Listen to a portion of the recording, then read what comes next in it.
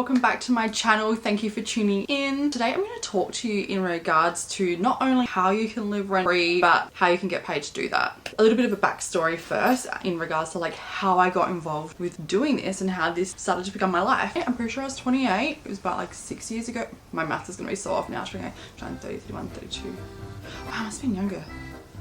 Must have been, no. Was I 26? Really? I'm so confused. I've been doing this for 6 years and I'm 32. So a little bit of backstory in regards to how I got into house sitting, and it was the drive to get into it. I was in a lot of debt. Like I was drowning in debt, absolutely drowning. I had a boyfriend at the time and previously I had an apartment full of stuff. But when him and I were on the rock, I thought the best idea would be to give it 110%, sell all my belongings, give them away and move in with him. Just FYI, that's not, don't move in with someone unless it's like, anyways, I was drowning in debt and I thought I want to do a budget. I'd never done a budget before, obviously, hence the debt. I was looking at it and I was like, I'm in a lot of strife right now because I knew that the relationship was not good, and I was like, I don't know how I'm going to afford to leave, and that is not a position that you ever want to be in. I was like, and if I leave, I don't have any belongings because I sold them all and I gave them away. I literally have nothing.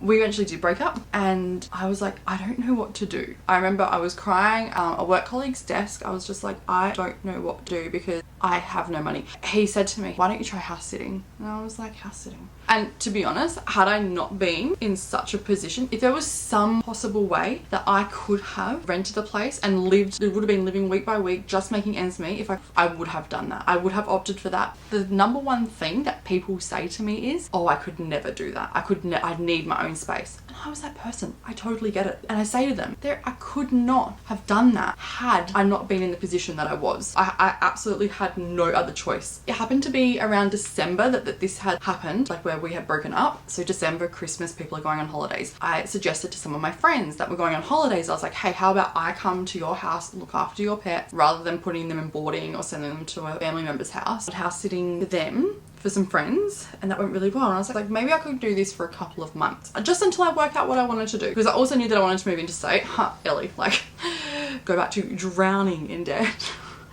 Drowning. So I put the word out there on Facebook that I was house sitting, and all of a sudden I had 3 months consecutively booked, and I was like, okay, cool, I can do it for 3 months. But at this point, because I was living rent free, I wasn't getting paid to do it at this stage, but I was living rent free. I was literally just smashing overtime and throwing money at my debt.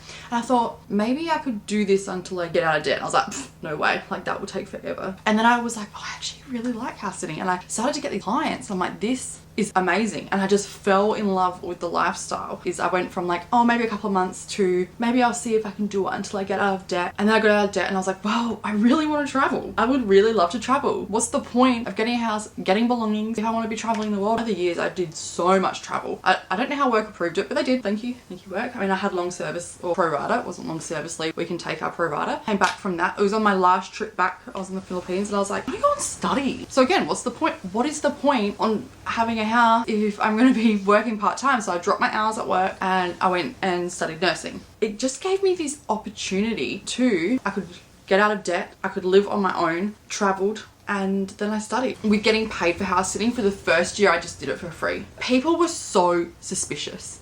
They were like, you know when like something sounds too good to be true, you could tell that's what was going through their mind. They're like, what is the catch?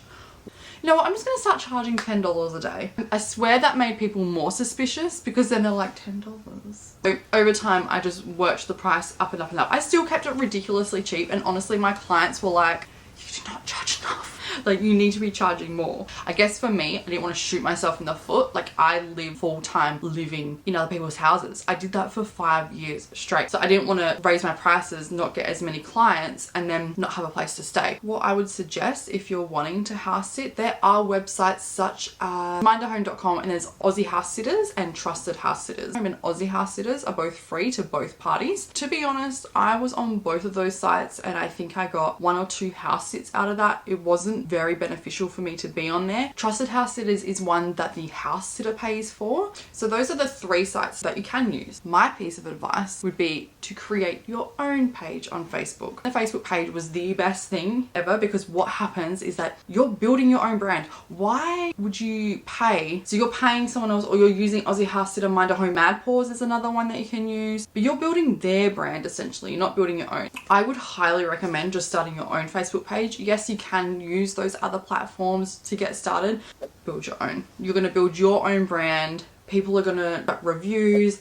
Another good thing that I loved about having a Facebook page is that I could put up updates. So I would always put up photos and like videos of what I was doing with the animals, and people love it. That people love to see how you interact with animals. So people would find out about me as a house sitter, and they just go through all the timeline and see all the house sits that I was doing. When I started charging, you do need to have an ABN. I also took out insurance. So I got public liability insurance. It was through QBE. I think it worked out to $30 a month, and that's just to cover you in case you accidentally burn down someone's house. Like something happens and someone wants to sue you. I live in Australia. Throwing around the whole suing thing doesn't really happen here, but it can. And you know, if there was an accidental breakage in the home or something like that, that can cover you. Just make sure that you read the product disclosure statement to see what you are covered for, and think about the things that you would need covered. I also had a website. The pros of having the calendar is that people can see your availability. 1, it can show that you are in demand. 2, they can work their holidays out around your schedule, which is what a lot of my clients did, and it meant that I could go back to back with my house sits. There you can check out my website. It's www.ellieliveswhere.com. I created the website on Squarespace. I found Squarespace to be really simple. So all in all, I was house sitting for 5 years until COVID came through, and then was forced to stop because no one could travel. Now I am house sitting again. I'm living up in Queensland now, and I'm up on the Sunshine Coast house sitting. If you do have any questions, anything in regards to house sitting, please drop them in the comments and I will respond to them. Thank you for tuning in. Please remember to like and subscribe if you liked this video, as it does help my channel. Thank you.